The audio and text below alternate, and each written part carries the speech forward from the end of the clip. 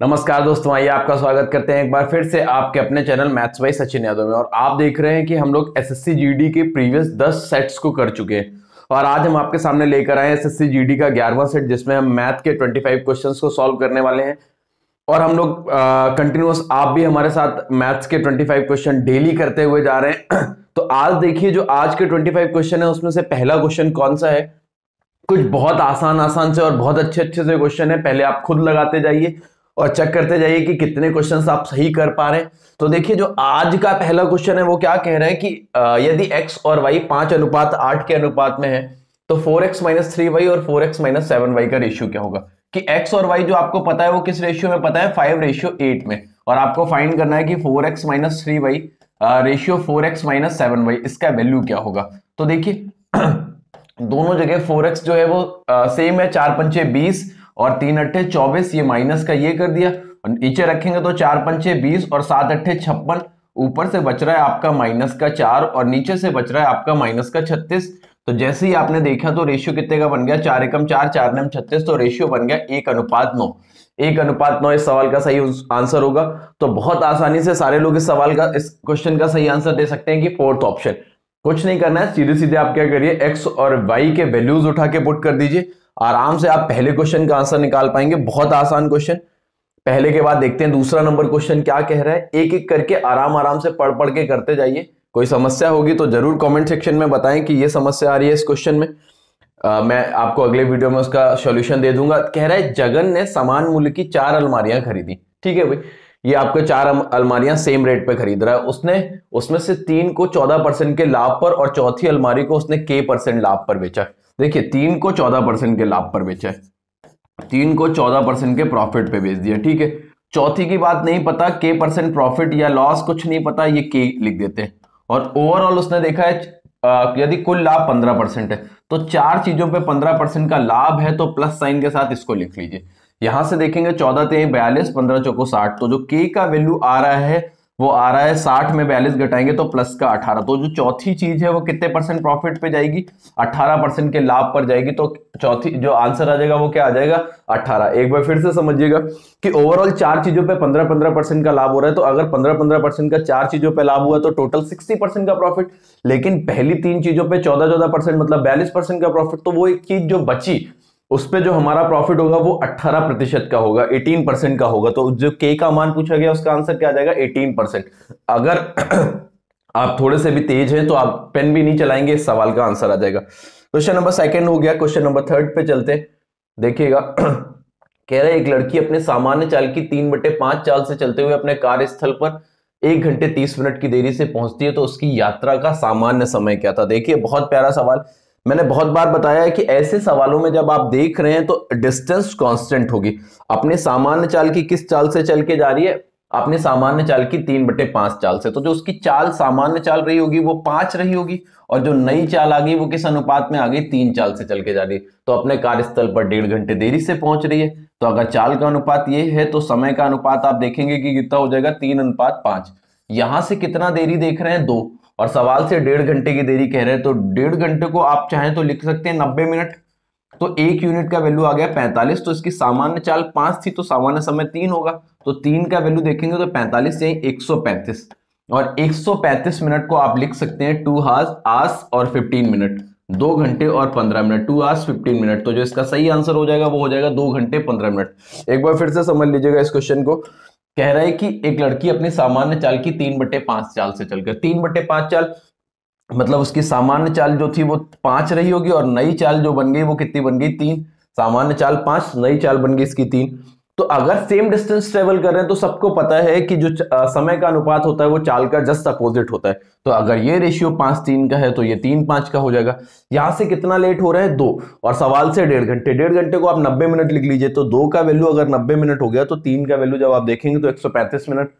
135 minute का मतलब 2 घंटे 15 मिनट। तो अगर वो अपनी सामान्य चाल से जा रहा होता तो 2 घंटे 15 मिनट में पहुंचता। ये इस क्वेश्चन का सही आंसर है। चलते हैं चौथे नंबर क्वेश्चन पे। एक एक करके आराम से समझते जाइए, बहुत सारे टाइप क्लियर होते चले जाएंगे अगर आप इन पे काम करते चले जाएंगे।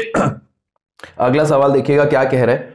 कह रहे हैं कि किसी खराबी की वजह से नितिन एक ऊनी जैकेट को उसके क्रय मूल्य से 10% कम मूल्य पर बेचता है। यदि उस जैकेट को 500 रुपए अधिक में बेचा होता तो उसे 15% का लाभ होता। तो जैकेट का क्रय मूल्य बताना। देखिए बहुत अच्छा सवाल है, दिमाग अगर आप लगाएंगे, कह रहे हैं कि 10% कम मूल्य पर बेचा है, और अगर उसने 500 रुपए अधिक में बेचता तो 15% का लाभ होता। अगर 10% कम पे बेचा और अगर कह रहा है कि 500 रुपए अधिक में बेचा होता, 500 रुपए अधिक में बेचा होता तो उसे 15% का लाभ होता, 15% का लाभ होता। तो अगर देखा जाए तो इन दोनों जो सेलिंग प्राइस का जो डिफरेंस है वो 25% है, और 25% का वैल्यू मिल गया आपको 500 रुपए। तो आप यहां से 1% का जो वैल्यू देखेंगे वो देखेंगे 20, और अगर 1% का वैल्यू 20 है तो 100% का वैल्यू जो हो जाएगा वो कितना हो जाएगा, 2000 रुपए। कितना हो जाएगा, 2000 रुपए। तो इस सवाल का जो सही आंसर हो जाएगा वो हो जाएगा आपका 2000 रुपए। जैकेट का जो क्रय मूल्य हो जाएगा वो कितना हो जाएगा 2000 रुपए। फिर से कुछ नहीं करिए, एक बार 10% कम मूल्य पर बेचता है, अभी 15% प्रॉफिट पे बेचता है। तो अगर आप यहां से देखेंगे तो जो सेलिंग प्राइस के डिफरेंस हो जाएंगे वो 25%, और उस 25% का वैल्यू आपको 500 रुपए गिवन है, तो 1% का वैल्यू 20 हो गया और 100% का वैल्यू 2000। तो उस जैकेट का जो सीपी आ जाएगा वो आ जाएगा 2000 रुपए। बहुत आसान सवाल है, आराम से कर सकते हैं। एक एक करके बढ़ते चलेंगे, 5वें नंबर पे आते हैं। देखिए ये एक बहुत अच्छा सवाल, थोड़ा सा दिमाग। तो देखिए 5 नंबर क्या कह रहा है, कह रहा है यदि 7 अंकों की संख्या 5 7 2 8 2 P 9 ये दे रखा है आपको। अगर ये दे रखा है और इसको इसके बारे में बताया गया कि ये 11 से डिविजिबल, तो जो आपको संख्या दे रखी है वो दे रखी है 5 7 2 8 2 P 9, ये दे रखी है आपको। ये बता रखा है कि ये 11 से डिविजिबल है। 11 से डिविजिबल है तो आपको वैल्यू चाहिए 11 माइनस P का। तो अगर आप P का वैल्यू निकाल लेंगे तो आपको आंसर मिल जाएगा। तो 11 का रूल क्या कहता है कि इकाई की अंक की तरफ से एक एक अंक छोड़ के जोड़ते जाइए। तो 9 2 11, 11 2 13, 13 5 कितना हो गया, ये हो गया आपका 18। ये कितना हो गया आपका 18। अब देखिएगा, इसको देखेंगे तो ये कितना हो जाएगा, P को छोड़ दीजिए, 8 8 7 15। अब ये 15 प्लस P हो गया। तो अगर इनके अंकों का अंतर 0 हो तो ये दोनों बराबर भी हो सकते हैं। तो यहां से P का वैल्यू जो देखने को मिल रहा है वो मिल रहा है 3। अब आपको बताना है 11 माइनस 3 कितना होगा। तो जो बताएंगे आप 11 माइनस 3, तो आपका जो आंसर हो जाएगा वो कितना हो जाएगा 8। तो 5वें नंबर का जो आंसर आएगा वो आएगा सेकंड ऑप्शन। तो इसका जो सही आंसर हुआ वो क्या हुआ, सेकंड ऑप्शन। बढ़ते हैं 6ठे नंबर पे। 6ठा नंबर देखिएगा क्या कह रहा है, आसान आसान से क्वेश्चन है मुझे लग रहा है आज के सेट में। ये देखिए 6ठा नंबर थोड़ा सा देखने में ठीक लग रहा है, बट आप इसको अच्छे से पढ़ के समझ के करने की कोशिश करिए। क्या कह रहा है, ए किसी काम को 15 घंटे में और बी उसी काम को 30 घंटे में पूरा कर सकता है। यदि ए द्वारा 5 घंटे काम करने के बाद शेष काम पूरा करने के लिए बी भी ए के साथ शामिल हो जाता है तो शेष काम कितने समय में पूरा होगा। देखो ए कर रहा है आपका ये काम 15 घंटे में और बी इसी काम को कर रहा है 30 घंटे में। तो जो इनका एलसीएम आ गया वो आ गया 30, और ये मतलब एलसीएम जो आता है इसी को हम लोग टोटल वर्क भी कहते हैं। 15 से डिवाइड कर दिया तो ए आ गया 2, ये आ गया 1। कह रहा है ए द्वारा 5 घंटे में कार्य करने के बाद, ए द्वारा ए 1 घंटे में 2 भाग करता है तो 5 घंटे में 10 भाग करता है, तो बचा कितना काम, 20। अब ये जो बचा हुआ 20 काम है वो ए और बी साथ मिलके कर रहे हैं तो 3 के हिसाब से कर रहे हैं। तो जैसे ही आप डिवाइड करेंगे 3 18, तो 6 सही 2/3 घंटे में, या आप इसको लिख सकते हैं कि 6 घंटे 40 मिनट में हो जाएगा। तो जो इसका सही आंसर हुआ वो आपको दिख रहा होगा कि थर्ड ऑप्शन इसका सही आंसर होगा। तो 6ठे नंबर का जो आंसर सही हुआ वो तीसरा ऑप्शन, ए 15 घंटे में बी 30 घंटे में। एलसीएम टोटल वर्क आ गया, पहले इस पे 5 घंटे ए ने काम किया, ए 1 घंटे में 2 करता है तो 5 घंटे में इसने कितना किया होगा, 10 भाग काम किया होगा। अब 10 होने के बाद जो बचा हुआ 20 काम है वो ए और बी दोनों ने मिलकर किया है, ए और बी दोनों ने मिलकर किया, तो वो कितनी देर में हुआ, 6 घंटे 40 मिनट में। अगर इस सवाल में ये पूछा जाता है कि टोटल काम कितनी देर में होगा, तो इस सवाल का जो आप सही आंसर बताते 6 घंटे 40 मिनट ये और 5 घंटे ये, तो टोटल काम खत्म हुआ 11 घंटे 40 मिनट में। ये हो गया क्वेश्चन नंबर 6। लेकिन उसने पूछा है शेष काम कितने दिन में होगा, तो आप आंसर 6 घंटे 40 मिनट ही बताएंगे। एक आप ये देख लीजिएगा 7वां नंबर क्वेश्चन, जिसमें आपसे ये कह रहा है कि सिंप्लीफिकेशन। देखिएगा क्या करना है, आसान क्वेश्चन, थोड़ा सा दिमाग लगा के बनाएंगे तो जरूर बन जाएगा। कह रहा है 8 - 4 डिवाइड ऑफ 3। देखिए सबसे पहले आपको ऑफ सॉल्व करना होता, तो 8 ऑफ 3 ये कितना हो गया आपका 24। यहां से ये सॉल्व हो गया, यहां से ये सॉल्व करेंगे तो ये हो गया आपका 1। ठीक है, पहले जो ये सॉल्व करने ये सॉल्व कर लीजिए, उसके बाद क्या करेंगे, ये आपका हो गया 8 - 4। आप डिवाइड करेंगे तो आप हो जाएगा ये 24 और प्लस ये हो जाएगा आपका 7, और 7 में से 1 को डिवाइड करेंगे तो +7 और डिवाइड 6, ये हो गया आपका डिवाइड 6 प्लस, जैसे ही आपने इसको सॉल्व किया तो इसको सॉल्व करेंगे तो ये हो जाएगा 6 इंटू 1 3, 6 3 18 3 54, 54 इंटू 1/6 करेंगे तो ये आ गया आपका 9। ये आपका पूरा ये बन गया। तो जैसे ही आपने किया तो 8 माइनस ये 4/24 हो गया प्लस 7/6 इंटू 7/6 और प्लस 9, ठीक है, ये हो गया आपका ये।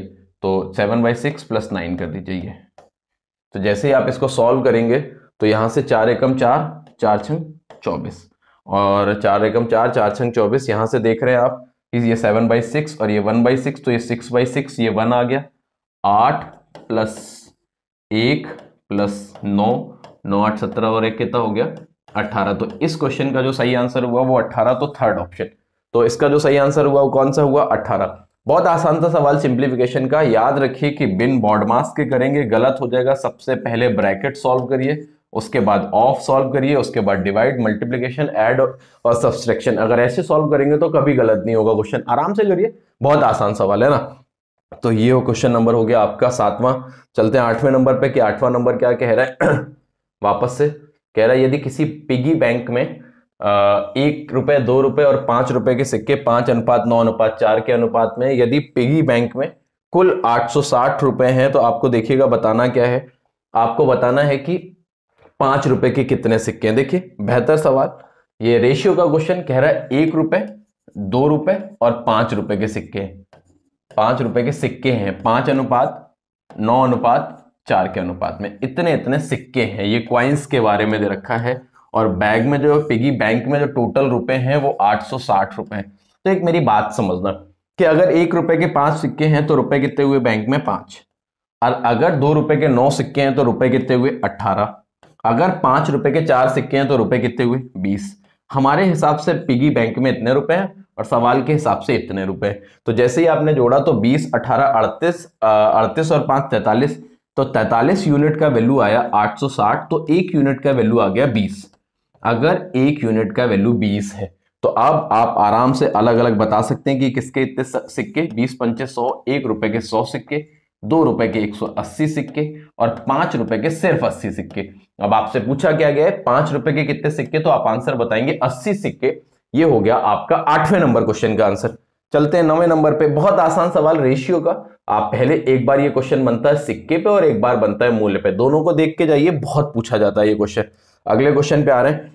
अगला क्वेश्चन आपसे कहा गया यदि 20 पुरुष किसी काम को 36 दिन में करते हैं, 20 पुरुष किसी काम को 36 दिन में करते हैं, ठीक है भाई, बराबर 20 पुरुष किसी काम को 36 दिन में करते हैं, तो उसी कार्य के 3/4 भाग को कितने पुरुष 18 दिन में करेंगे। 18 दिन में काम कराना है, 3/4 है, मतलब 4 काम यहां था तो यहां पे सिर्फ 3 काम बचा। कितने दिन में होगा ये करना है। मैंने लगाया M1D1H1/W बराबर M2D2H2। देखिए करना क्या है, 20 काम किसी काम को 20 आदमी किसी काम को 36 दिन में करते थे, तो 20 × 36 कर दिया। 20 आदमी 36 दिन में कर रहे हैं। काम के 3/4 भाग की बात कर रहा तो पूरा काम अगर 4 था तो अब जो 3/4 भाग करना है तो 3 भाग करना है और 18 दिन में करना है। कितने पुरुष लगेंगे वो देखना है। तो 18 एकम 18, 18 दूनी 36, 4 एकम 4, 4 पंचे 20, 3 दूना 6, 6 पंचे 30। तो कितने आदमी काम पे लगेंगे 30 आदमी। कितने आदमी काम पे लगेंगे 30 आदमी। तो इस सवाल का जो सही आंसर हुआ वो कितना हुआ 4। कई सारे लोग यहाँ पे 1 रखेंगे और यहाँ पे 3/4 रखेंगे, वो भी सही है, आप उससे भी कर सकते हैं। जैसे आप कंफर्टेबल हैं वैसे करें। आप इस जगह पे 1 और इस जगह 3/4 रख के भी कर सकते हैं, दोनों में कुछ अंतर नहीं है, आंसर सेम ही आएगा। ये हो गया क्वेश्चन नंबर 9। चलते क्वेश्चन नंबर 10 पे। देखिए कह रहा है 26,000 रुपए की एक धनराशि को 2 भागों में इस प्रकार बांटा गया कि पहले भाग पर 5% विभाजित करने पर उधार दिया जाता है कि पहले भाग पर 5% वार्षिक ब्याज की दर से 3 वर्ष में प्राप्त ब्याज और दूसरे भाग पर 6% वार्षिक ब्याज की दर से 4 वर्ष में प्राप्त ब्याज बराबर है। तो पहले भाग की, देखिए बहुत बढ़िया सवाल, एक छोटा सा सवाल है, इसके अगर लॉजिक बहुत अच्छे से क्लियर है तो ये कभी दिक्कत नहीं करेगा। पहले भाग पर 5% की दर से 3 वर्ष की बात कर रहा है और दूसरे भाग पर 6% की दर से 4 वर्ष की बात कर रहा है। तो ये अगर कट रहा है तो काट लीजिए, 3 एकम 3, 3 दूना 6, यहां से बना 5:8। ये अभी मैंने बताया है कि ये रेशियो मूलधन के नहीं है। अगर हम इनको उठा के पलट देंगे तो रेशियो मूलधन के बन गए। तो जो आपके P1 P2 का रेशियो बन गया वो कितना बन गया 8:5। यहां से धनराशि हो रही है 13 और सवाल से है 26,000। अगर 13 यूनिट का वैल्यू आप 26,000 देख रहे हैं तो 1 यूनिट का वैल्यू आ गया 2,000। अगर 1 यूनिट का वैल्यू 2000 तो ये 2 अट्ठे 16,000 और ये 2 पंचे 10,000। ये हो गए आपके मूलधन 16,000 और 10,000। पहले भाग की बात पूछ रहे हैं तो आंसर कितना बताएंगे 16,000। अगर दूसरा भाग पूछता तो आंसर कितना बताएंगे 10,000। रेशियो पलटना ना भूलें, इस तरीके से नहीं करना चाहते हैं तो एक ये तरीका है जिससे आप कर सकते हैं कि पहले भाग पर 5% की दर से 3 वर्ष की बात कर रहे हैं और दूसरे भाग पर P2 जो हो गया वो कितने भाग बात कर रहे हैं 6% की दर से 4 वर्ष की। तो यहां से भी आप देख सकते हैं कि ब्याज बराबर है तो आप इसको रेशियो बना सकते हैं P1 P2 के। फाइनली आपको करना यही है, तो ये बहुत शॉर्टकट होता है, इसको याद रखिएगा। ये हो गया क्वेश्चन नंबर 10। चलते हैं क्वेश्चन नंबर 11 पे। हर एक तरीके का सवाल, बहुत जितने भी लोग काफी टाइम से पढ़ रहे हैं हर एक तरीके का सवाल उनको बताया जा चुका है। देखिए कह रहे हैं ए के 3 गुने और बी के 4 गुने के परिणामों का जो औसत है वो 17 दे रखा है। देखिए बहुत बढ़िया सवाल दे रखा है। तो कह रहा है ए और बी का योग बताना है आपको सवाल में। कह रहा है ए के 3 गुने और बी के 4 गुने का आपको पता है औसत। तो ए के 3 गुने और बी के 4 गुने का औसत पता है तो कहीं ना कहीं 3a + 4b जो पता है वो पता है 17 दूनी 34। ये देखेंगे यहां से। और कह रहा है कि ए के 4 गुने और बी के 3 गुने, ए के 4 गुने और बी के 3 गुने का जो औसत पता है वो कहीं ना कहीं इनको पता है 18 दूनी 36, ये पता है। तो अब आपको बताना है ए और बी का योग कितना होगा। क्या करिए दोनों इक्वेशंस को उठा के अगर आप जोड़ देंगे तो 7a + 7b जो आपको देखने को मिलेगा वो मिलेगा 70। अगर 70 है 7 कॉमन लेके अगर हम डिवाइड कर देंगे तो a + b जो देखने को मिलेगा वो कितना मिलेगा 10। आपसे सवाल में पूछा यही गया है कि a और b का योग क्या होगा, तो आंसर कितना आ जाएगा 10। बहुत प्यारा और बहुत अच्छा सवाल है। अगर आप थोड़ा सा दिमाग लगाएंगे तो आपसे पूछा गया है कि a और b का योग क्या होगा। आप आराम से पहले देख लीजिए 3a + 4b 34 हो गया, 4a + 3b 36 हो गया। जैसे ही आप दोनों को जोड़ेंगे तो 7a + 7b 70 मिल गया, तो a + b कितना आ जाएगा 10 हो जाएगा। ये हो गया क्वेश्चन नंबर 11। चलते हैं 12 नंबर पे। 12 देखिएगा। कह रहे कोई धनराशि साधारण ब्याज की किस दर से 8 सही 1/3 वर्षों में दोगुनी हो जाएगी। देखिए बेसिक से करिए, बहुत आसान सा सवाल है। कह रहा है कि दोगुनी हो जाएगी, कितने वर्ष की बात कर रहा है 8 से। दोगुनी हो जाएगी तो मतलब 1 से, तो अगर मूलधन 1 था तो अमाउंट कितना हो गया 2, तो ब्याज कितना मिला 1। मूलधन 1 था, समय दे रखा है आपको 25/3। अब आपको ब्याज की दर निकालनी है, आर निकालना है। तो आर बराबर सबको दिख रहा है यहां से 300/25। जैसे ही आप काटेंगे 25 एकम 25 बचा 5, 25 दूना 50। ब्याज की दर बहुत सीधे से दिख रही है 12%। तो इस सवाल का आंसर कितना हो गया 12%। देखिए ऐसे सवालों को बहुत प्यार से करने की कोशिश करिए, कुछ नहीं होता।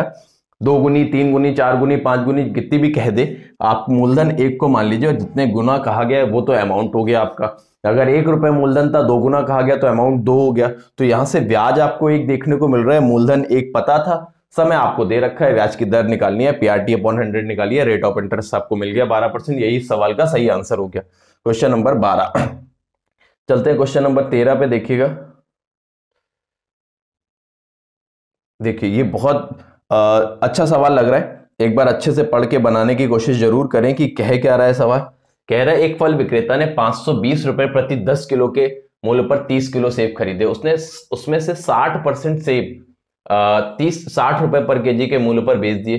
तो 20% लाभ प्राप्त करने के लिए शेष सेबों को का विक्रय मूल्य प्रति किलोग्राम कितना होना चाहिए। तो देखिए कह रहे हैं 20% का लाभ प्राप्त करने के लिए शेष सेबों का विक्रय मूल्य 60% सेब 60 रुपए। देखियो 30 किलोग्राम उसने सेब खरीदे थे। देखिए पहले मैं बेसिक अच्छे से क्लियर कर दूं, 30 किलोग्राम सेब उसने खरीदे हैं और 1 किलो जो सेब है वो है आपका 52 रुपए का, 52 का। तो जो सेब खरीद के लाया है 3 दूना 6 और 3 पच्चे 15, 1560 रुपए के खरीद के लाया है। अगर आप देखेंगे कि सेब खरीद के कितने के लाया तो 1560 रुपए के। अब कह रहा है उसने 60% सेब, 30 का 60% मतलब 18 किलो सेब उसने बेच दिया है 60 रुपए पर केजी के हिसाब से। 60 रुपए पर केजी के हिसाब से मतलब 18 किलो जो सेब बेच दिया उसने, 18 छक्का 108, 1080 रुपए का उसने 18 किलो सेब बेच दिया है। इस पे उसे 20% का लाभ कमाना है टोटल पे। अगर 20% का लाभ कमाना है तो ये हो जाएगा आपका 1560 का 10% 156 हो गया, और 20% करेंगे तो 156 का डबल कर दीजिए तो ये कितना हो गया 312। तो एक्चुअल जो सेलिंग प्राइस टोटल होना चाहिए वो 2 6 1 7 15 3 1872 होना चाहिए। 1080 का वो बेच चुका है। तो अब बचा हुआ 2, 17 में 8 गया 9, यहाँ पे बचा 7।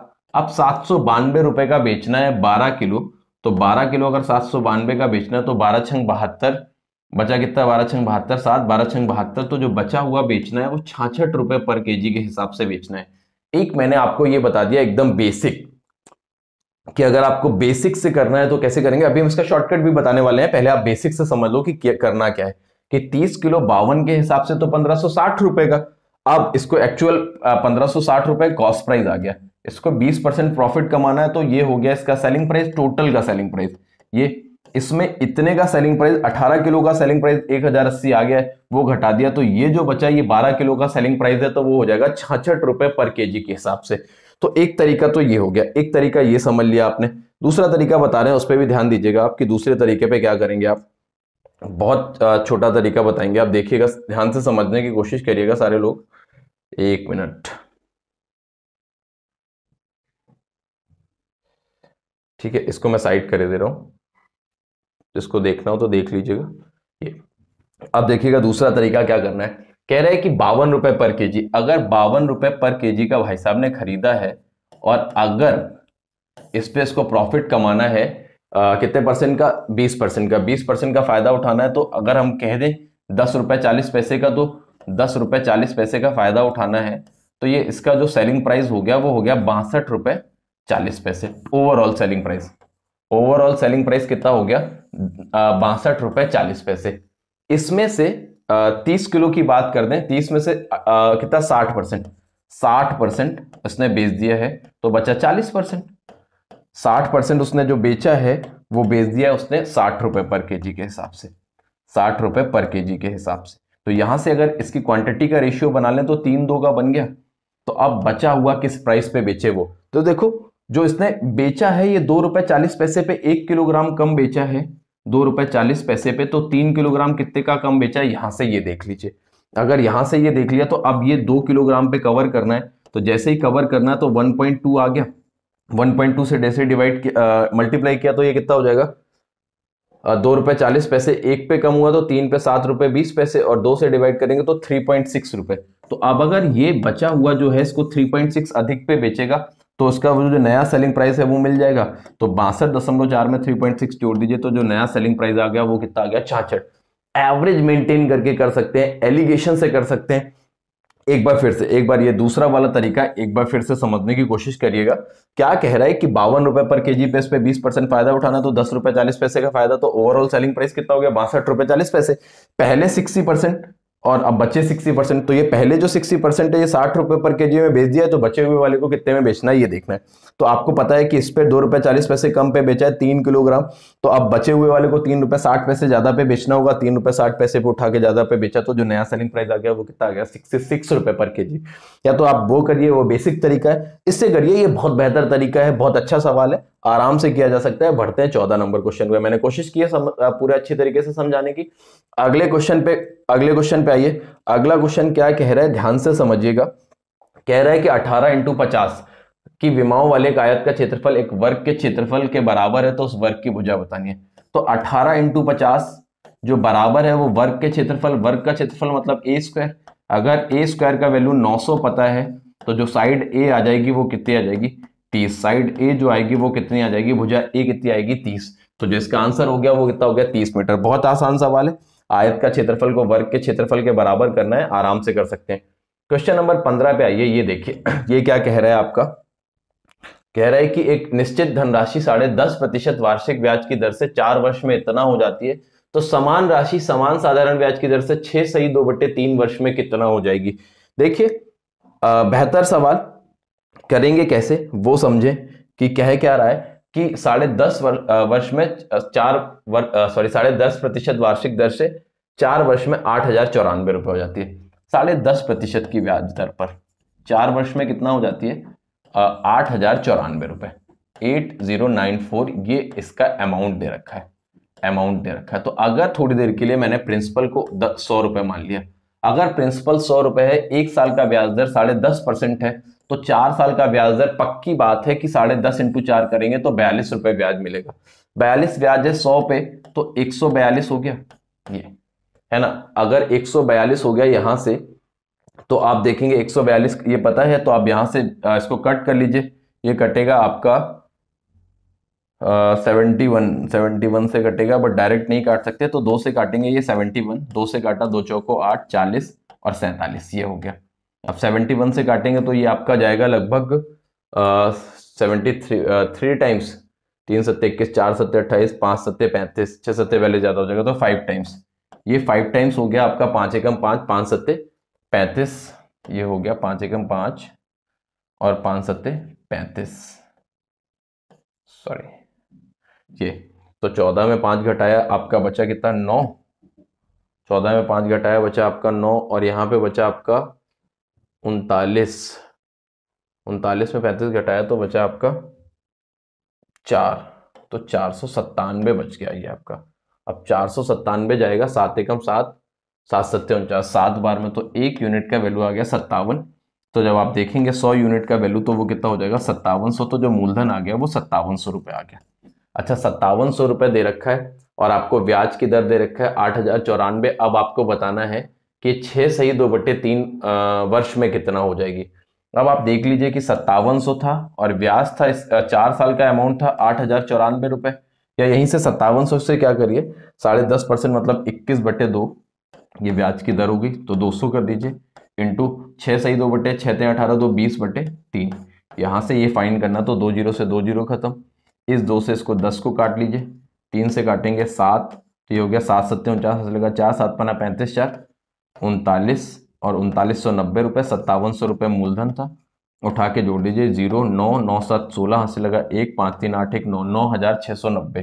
तो चौथा ऑप्शन इसका सही आंसर हो जाएगा। बट ये थोड़ा सा लेंदी हो गया क्वेश्चन।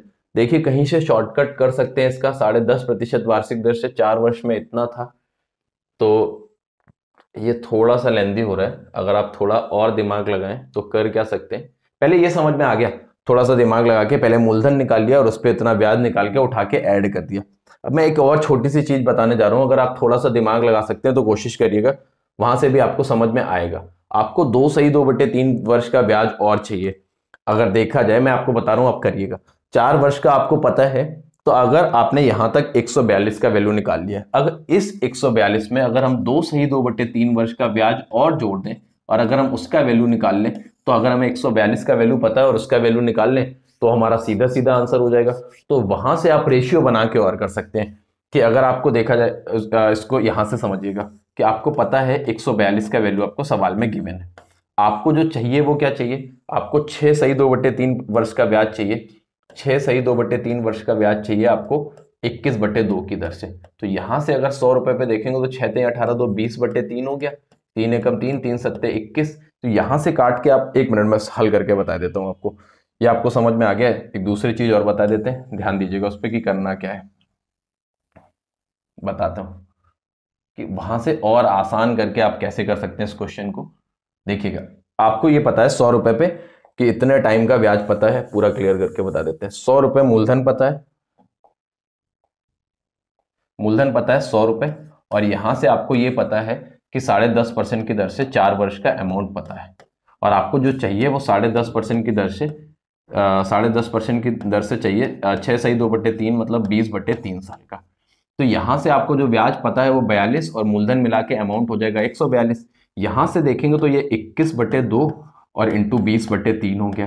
तो जैसे ही आपने काटा तो ये हो गया 10, ये हो गया 3 सत्ते 21, 7 170 हो गया और ये कितना है 142। अब आपको 142 यूनिट का वैल्यू पता है, 170 का और काट लीजिए, ये हो गया 85 और ये हो गया 71। तो 71 का वैल्यू आपको पता है 80 94। तो अब आपको बताना है कि इसका वैल्यू, तो 1 यूनिट का वैल्यू हो गया 114। अब आपको 85 यूनिट का वैल्यू जो बताएंगे वही आपका आंसर हो जाएगा 184। 14 इंटू 85, यही क्या हो गया इसका आंसर हो गया। जैसे ही हल करना चाहिए हल कर लीजिए, 14 पंचे 70 और 5 एकम 5, इसको हल करेंगे 14 8 112, बचा आपका 1, 8 एकम 8 1 9, हल कर लीजिए 96 90। देखिए यहां से भी आ गया। तो ये एक और बहुत बेहतर तरीका है कि आप इससे कर सकते हैं। ये आपको पता था, ये आपको बताना था, रेशियो बना के आराम से पुट करके रख लिया, उससे कहीं ज्यादा इजी है। मुझे पता है आप लोग उसी से करोगे, बट अगर आप कोशिश करोगे तो इससे कर पाओगे, तो बहुत जल्दी कर पाओगे। ये हो गया 15 नंबर क्वेश्चन। चलते हैं 16 नंबर क्वेश्चन पे। 16 देखिएगा, 16 क्या कह रहा है, कह रहा है यदि किसी संख्या के 70% और उसी संख्या के 40% का अंतर 135 है तो देखिए किसी संख्या के 70% और 40% की बात कर रहा है तो कहीं ना कहीं सेम संख्या की बात कर रहा है, तो मतलब आपको 30% का वैल्यू 135 पता है। 30% का वैल्यू अगर आपको 135 पता है तो 3 से डिवाइड करके 10% का वैल्यू आपको 45 पता है। 10% का वैल्यू 45 है तो कोई भी चीज अपने आप में 100% होती है, तो 100% का वैल्यू कितना हो गया 450, तो वो संख्या कितनी होगी 450। ये आपका 16 नंबर क्वेश्चन का आंसर हो गया। चलते हैं 17 नंबर क्वेश्चन पे। देखिएगा बहुत आसान था। कह रहा मान लीजिए x और y, ये बहुत अच्छा सवाल है, थोड़ा सा दिमाग लगा के क्वेश्चन बनाइएगा। आपसे कह रहा है मान लीजिए x और y एलसीएम और एचसीएफ है, जो आपको संख्याएं पता है 165, 165, 297 और 495। तो देखिए इतनी बड़ी संख्याओं का जब आप एलसीएम निकालने जाएंगे तो टाइम लगेगा, और आपको पता है कि एलसीएम x है और एचसीएफ y है, और आपको x अपॉन y चाहिए। तो हम क्या करते हैं, सबसे पहले एचसीएफ निकाल लेते हैं, जो कि हमको पता है कि y है। तो एचसीएफ जैसे ही आप निकालेंगे तो आप क्या करिए, इसका डबल कर दीजिए। इसका डबल 330, और 330 से घटाया तो ये आ गया 33। 33 से ये 5 बार में कट रहा है, 33 से ये 9 बार में कट रहा है, और 33 से ये 15 बार में कट रहा है। तो एचसीएफ जब 33 मिल गया तो अब बात कर रहे हैं एलसीएम की। एलसीएम की बात कर रहे हैं, ये देखा जाए 33 इंटू 5 है, ये देखा जाए 33 इंटू 9 है, और ये देखा जाए तो 33 इंटू 15 है। तो देखते जाइएगा कि करना क्या है। तो जब आप एलसीएम निकाल रहे हैं, एक्स का वैल्यू निकाल रहे हैं, तो 33 सब में कॉमन है, एक बार लिख लीजिए। अब 5, 9 और 15 का अगर आप एलसीएम लेने जाएंगे तो वो आएगा 45। 5, 9 और 15 का एलसीएम कितना आएगा 45। तो देखिए एलसीएम एक्स का वैल्यू मिल गया 33 इंटू 45, एक्स का जो वैल्यू मिला वो मिल गया 33 इंटू 45, और वाई का वैल्यू मिला 33। 33 से 33 खत्म, एक्स अपॉन वाई आ गया आपका 45। फिर से समझिएगा करना क्या है। सबसे पहले आप एचसीएफ देख लीजिए। एचसीएफ जैसे ही आपने देखा तो सबको पता है कि डबल करके पास पहुंचे, 330 अंतर देखा 33, और 33 से सारे डिवाइड हो रहे हैं, तो जो एचसीएफ आ गया वो 33 हो गया। ये आपका बन रहा है 33 इंटू 5, 33 इंटू 9 और 33 इंटू 15। तो अगर इन तीनों से 33 कॉमन है तो एक बार 33 ले लिया। अब 5, 9 और 15 का एलसीएम देखना है तो 45। तो एक्स का वैल्यू मिल गया, वाई का वैल्यू मिल गया। अब यहां से आप देख सकते हैं कि x अपॉन वाई क्या होगा। आप डायरेक्ट भी सोच सकते थे कि 33 से काट के ये 5, ये 9 और ये 15 जो बचे हुए हैं उनका एलसीएम ले ले तो भी आ जाएगा, बट ये बेहतर तरीका है। ये क्वेश्चन नंबर 17 हो गया। चलते हैं क्वेश्चन नंबर 18 की तरफ। 18 देखिएगा कि 18 क्या कह रहा है आपका कह रहा है 16 संख्याओं का औसत इतना दे रखा है, पहली 6 संख्याओं का औसत 20.5, अंतिम 5 संख्याओं का औसत 32.4, तो शेष संख्याओं का औसत ज्ञात कीजिए। देखिए पढ़ के बनाने की कोशिश करेंगे कि क्या रहा है सवाल। आपसे ये कह रहा है कि 16 संख्याओं का औसत 16 नंबर्स दे रखे हैं जिनका एवरेज हमको पता है कि कितना है 24.5। इसमें पहली 6 संख्याओं का जो एवरेज पता है वो पता है आपको 20.5, और अगली जो 5 संख्या अंतिम 5 का जो एवरेज पता है वो पता है 32.4। अब 6, 5, 11 हो गई तो बची 4 संख्याएं, वो जो 4 संख्याएं बची उन्हीं का आपको एवरेज बताना है कि एक्चुअल होगा क्या। देखिए बहुत प्यारा सवाल, आसानी से किया जाएगा। जैसे बता रहे हैं डेविएशन से करिएगा इस क्वेश्चन को। देखिए 24.5, अगर ये 24.5 एवरेज है, यहां पे देख रहे हैं कि एक संख्या पे जो एवरेज कम हो रहा है वो कितना कम हो रहा है, तो आप देख रहे हैं कि 4 कम हो रहा है। अगर एक संख्या पे 4 कम हो रहा है तो 6 पे कितना कम होगा, 4 इंटू 6, ये आपका कम हो गया 4 इंटू 6। एक पे कितना कम हो रहा है 4, तो 6 पे कितना कम होगा 4 इंटू 6। यहां पे देखेंगे कि एक संख्या पे एवरेज कितना ज्यादा है, तो अगर 32.5 होता तो 8 ज्यादा होता, लेकिन 7.9 ज्यादा है। कितना ज्यादा है 7.9, तो 5 पे कितना ज्यादा हो जाएगा, यहां से देख लीजिए। ये -24 और ये 5 9 45, यहां से लगा 4, 5 7 35, 4 39, 39.5। तो ओवरऑल देख रहे हैं कि ये लोग कितने ज्यादा हैं, 39.15.5।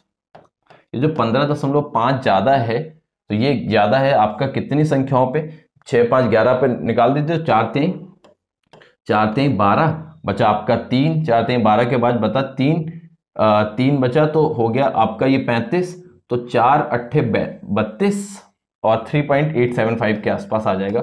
4 3 12 बचा आपका 3, 4 8 32, फिर से 3 बचा, ठीक है 3.875। ये उठा के आप जोड़ दीजिए, सॉरी घटा दीजिए क्योंकि ज्यादा है। तो 24.5 में जैसे ही आप 3.8 घटाएंगे, 3.8, तो 15 में 8 गया 7, यहां पे बचा 23, 23 में 3 गया 20, तो जिसका आंसर आएगा वो 20.7। ऑप्शन कोई दे नहीं रखा है, एक बार फिर से देख लीजिए, 16 संख्याओं का एवरेज 24.5, पहली 6 का औसत 20.5, अगली 5 का औसत 32.4। तो कह रहा है शेष संख्याओं का एक पे देखेंगे आपकी कम कितना है, तो 4 कम है तो 6 पे कितना कम होगा 24। यहाँ पे देख रहे हैं एक पे कितना ज्यादा है, तो ठीक है भाई 7.9 ज्यादा है तो 5 पे इतना ज्यादा, ओवरऑल ज्यादा हो रहा है 15.5। चार संख्याओं पे तो एक पे कितना ज्यादा होगा, ठीक है। बिल्कुल ठीक किया है, प्रोसेस भी ठीक है। 8, 16, 4,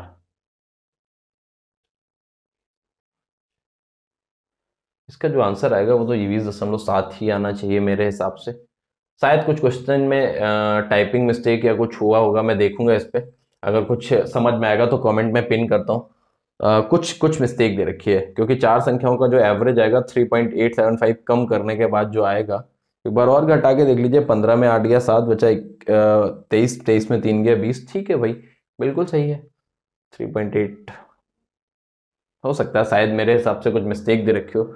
6, 5, 11, सॉरी सॉरी सॉरी, पकड़ में आया। ये आपको ये 5 संख्याएं बची हैं, यहाँ पे 5 संख्याएं बची तो डिवाइड आप 5 से ही करेंगे, और 5 से जब आप डिवाइड करेंगे तो ये जो आएगा, 1 मिनट समझ लीजिएगा कि जो ये जो आएगा ये कितना आएगा, 1 मिनट समझ लीजिएगा। 16 संख्याएं थी, मुझे लगा 15 है, 6, 5, 11 के बाद बची 5 संख्याएं, 5 से डिवाइड किया तो 5 ही 15, 3.1 अगर आप 5 ही 15 बचा 1, 3.1, तो 24.5 में अगर हम 3.1 घटाएंगे तो जो बचेगा वो 22.4 बचेगा। तो इस सवाल का सही आंसर होगा चौथा ऑप्शन। एक छोटा सा मिस्टेक है, कैलकुलेशन ध्यान दीजिएगा, ये 16 संख्याएं थी, 6 ये 5 ये 6, 5, 11, बची हुई संख्याएं 5 होंगी ना कि 4, तो पूरा सवाल का जो आंसर आएगा वो 22.4 आएगा। ये हो गया क्वेश्चन नंबर 18। चलते हैं 19 नंबर पे, देखते हैं 19 क्या कह रहा है। कह रहा है एक खुदरा व्यापारी 20% की छूट पर एक वस्तु खरीदता है और 2200 रुपए में बेचकर 10% का लाभ कमाता है। देखिए बढ़िया सवाल, कह रहा है 20% की छूट पे खरीदता है और 2200 रुपए में बेचकर 10% का लाभ कमाता है। तो कह रहा है उसकी छूट कितनी थी, तो कह रहा है 20% की छूट पे खरीदता है और उसे 2200 रुपए 10% लाभ कमाता है। तो 10 से 11, 11 की वैल्यू कितनी होगी 2200, तो एक यूनिट की वैल्यू 200 आई। तो जो 10 का वैल्यू कितना हो गया, उसे 2200 रुपए में बेच के 10, ठीक है। तो ये कितना हो गया भाई, ये हो गया 2000 रुपए। तो जो इसका 2200 रुपए में बेचता है, तो सीपी जो रहा होगा वो कितना रहा होगा 2000 रुपए। सीपी जो रहा वो कितना रहा 2000 रुपए, और 20% की छूट पे बेचता है। एक खुदरा व्यापारी 20% की छूट पर एक वस्तु खरीदता है, 20% की छूट पे है और बेचता ये है, ठीक है भाई। तो 5 से 4 जितने में इसने खरीदा था, तो 4 का वैल्यू हो गया आपका 2000 रुपए। तो यहां से इसको डिस्काउंट 1 का मिला है, इस 1 का वैल्यू आप देख रहे हैं कि सवाल से कितना रुपए है 500 रुपए, यही इसका आंसर हो गया। एक बार फिर से समझिए, एक बार फिर से समझिए, कह रहा है 10% का 2200 रुपए में बेचकर 10% का लाभ कमाता है। तो 10 से 11 ये इसका सेलिंग प्राइस है, तो इसने खरीदा कितने का था 2000 रुपए में। तो ये जिससे खरीद के लाया उससे तो 2000 रुपए में खरीद के लाया, तो उसका अगर एमआरपी 5 पड़ा होगा, तो उसने जो इसको बेचा है वो 4 में बेचा है 20% के डिस्काउंट पे। तो 4 का वैल्यू 2000 रुपए है, तो 1 का डिस्काउंट हुआ, उसका वैल्यू 500 रुपए, तो डिस्काउंट कितना हो गया 500 रुपए। बहुत आसान, ये इसने 10 में खरीद के 11 में बेच दिया, तो 11 की वैल्यू 2200 हो गई, तो 1 की वैल्यू 200। ये सीपी इसके लिए है, लेकिन जब इसने इसको किसी को डिस्काउंट से खरीद के लाया है, तो 5 के एमआरपी की चीज ये 4 रुपए में खरीद लाया है। तो यहाँ पे डिस्काउंट कितने का लेके आया, एक का, उस एक यूनिट का वैल्यू देख रहे हैं कितना है 500 रुपए। ये हो गया क्वेश्चन नंबर 19। चलते हैं 20 नंबर पे। 20 नंबर देखिए, देखिए कुछ लास्ट के क्वेश्चन ठीक ठाक दे रखे हैं। कह रहा है किसी वस्तु पर 12% और 10% की दो क्रमागत छूट है, दो सक्सेसिव डिस्काउंट दे रखे हैं, एक 12% का एक 10% का। कह रहा है वस्तु का, यदि वस्तु का अंकित मूल्य 3500 रुपए है तो आपको सेलिंग प्राइस बताना। देखो एक डिस्काउंट दे रखा है 12% का और दूसरा दे रखा है 10% का। तो यहां से अगर आप ओवरऑल डिस्काउंट देखेंगे तो 12, 10, 22, और 22 में से जैसे ही देखेंगे 1.2 घटा के, तो 21.8% का डिस्काउंट हो जाएगा। तो 21.8% का डिस्काउंट हो जाएगा, सॉरी 20.8 का, 20.8% का डिस्काउंट हो जाएगा। तो 20.8% इसका निकाल लीजिए, इतने का डिस्काउंट हो गया। उसके बाद आप सेलिंग प्राइस बता दीजिए किसका कितना होगा। तो जैसे ही आपने मल्टीप्लाई किया तो ये हो जाएगा आपका, और दशमलव हटा के एक काट लीजिए, तो ये 10 बचा, 5 दूनी 10 और 5 सत्ते 35, 2 से काटेंगे तो ये हो गया 10 दो दाम 20 और दो चौको 8, 7 चौको 28, 7 एकम 7, 728 रुपए का डिस्काउंट है इसका 3500 रुपए पे। तो जो बिकेगा वो कितने का बिकेगा 72 रुपए यहाँ से, 34 में 7 गया 2772 रुपए का, ये इसका सेलिंग प्राइस आ गया। फिर से देखिए किया क्या कि आपने ओवरऑल डिस्काउंट निकाल लिया 20.8%। तो 3500 का 20.8% का डिस्काउंट, तो 728 रुपए का डिस्काउंट है टोटल रेट पे। 728 रुपए का डिस्काउंट करके देख लीजिए 3500 पे जो सेलिंग प्राइस आया वो 2772 रुपए, पहला ऑप्शन। तो 20 का जो आंसर आया वो पहला ऑप्शन। चलते हैं 21 नंबर पे। कह रहा है यदि किसी आयत की लंबाई और चौड़ाई को दोगुना कर दें तो रेमाप लिखा है, वहां पे परिमाप होगा, उसके परिमाप पे क्या इफेक्ट पड़ेगा। तो देखिए आयत की लंबाई, ये है आयत का परिमाप 2 ब्रैकेट में l प्लस बी, ये आयत का परिमाप होता है। अगर लंबाई चौड़ाई को डबल कर दिया तो 2l प्लस 2b कर दिया। अगर लंबाई चौड़ाई दोनों को डबल किया तो 2 कॉमन ले लिया। तो देखिए पहले वाले से जो परिमाप है अब वो कितने गुना है, एक्स्ट्रा 2 गुना है। तो जो आपका आंसर हो जाएगा वो कितना हो जाएगा 2 गुना। 21 नंबर का क्वेश्चन क्या है, अगर लंबाई चौड़ाई को 2 गुना किया तो परिमाप 2 गुना हो जाएगा, लंबाई चौड़ाई को 3 गुना किया तो परिमाप 3 गुना हो जाएगा, जितने गुना कहेगा उतने गुना हो जाएगा। एक ये क्वेश्चन देखिए क्या कह रहा है, कह रहा है 90 किलोमीटर प्रति घंटे की चाल से चल रही एक ट्रेन किसी निश्चित दूरी को तय करने में 50 मिनट का समय लेती है। यदि चाल में 33.1/3% की वृद्धि हो जाए तो उस दूरी की 2/4/5 गुना दूरी तय करने में ट्रेन को कितना समय लगेगा।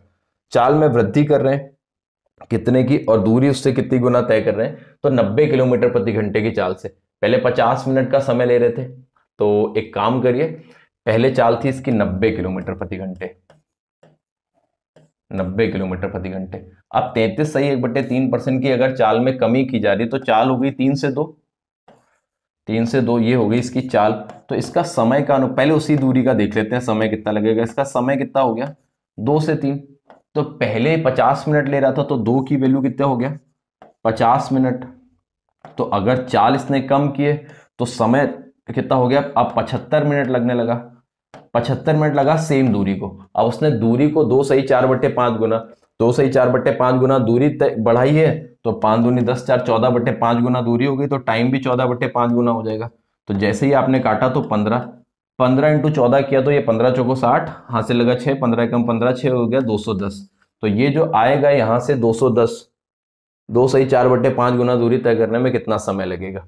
तो अब जो आगे वृद्धि की है, एक छोटे सी मिस्टेक हुई है, वृद्धि की है चाल में ना कि कमी की है, तो इसको यहां से थोड़ा सा क्या कर लीजिएगा, बदल लीजिएगा, वृद्धि की गई है।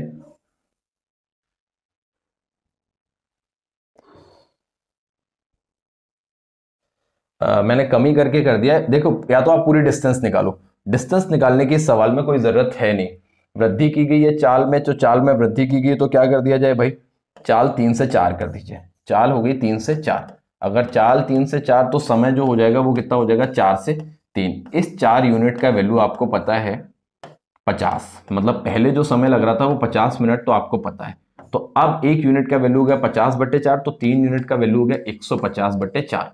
अब उसने कहा है कि 5 दूनी 10, 4 14/5 गुना कर दिया, तो अब समय भी 14/5 लगेगा। तो 5 से काटा तो ये आ गया आपका 30, 2 दूनी 4, 2 सत्ते 14, यहां से आपने काटा 15, 15 सत्ते कितना हो गया 105। अब लग रहा है जो समय वो लग रहा है 105 मिनट, और इसको आप लिख सकते हैं 1 आवर 45 मिनट।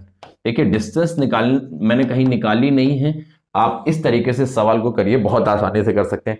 एक बार अच्छे से समझिएगा, कह रहे हैं कि चाल को 33/1/3% बढ़ा दिया, तो पहले चाल 3 थी तो अब कितनी हो गई, अब हो गई 4, तो समय जस्ट अपोजिट होगा। पहले सेम डिस्टेंस का टाइम निकाल लीजिए, फिर जितना गुनी दूरी की जाए उतना गुना टाइम कर दीजिएगा। तो पहले 50 मिनट लग रहा था, तो अब जो टाइम लगेगा वो 150/4 मिनट लगेगा सेम डिस्टेंस को ट्रेवल करने में।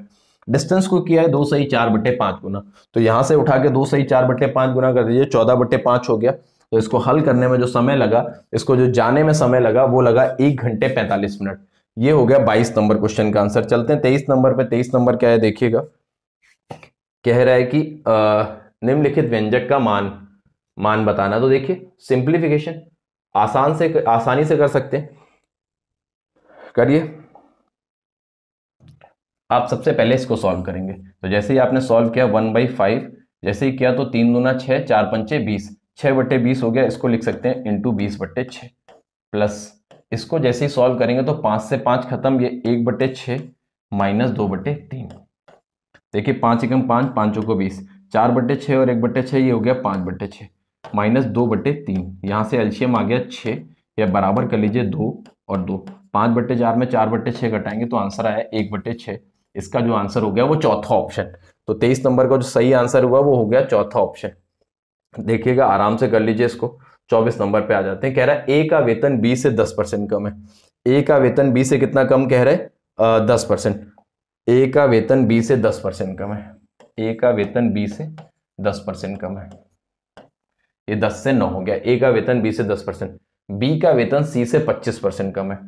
बी का वेतन सी से 25% कम है। 25% कम है तो हम यहां से कह दें कि अगर इसका वेतन 4 है तो इसका 3 होगा। बी का वेतन सी से 25% कम है तो कह रहे हैं सी का वेतन ए के वेतन से। मर्ज कर लीजिए, ये हो जाएगा आपका 9 × 27, 10 × 30 और 10 चौको 40। यहां से ये ए बी सी कह रहे हैं कि ए का वेतन ए के वेतन से लगभग कितने प्रतिशत अधिक है सी का वेतन।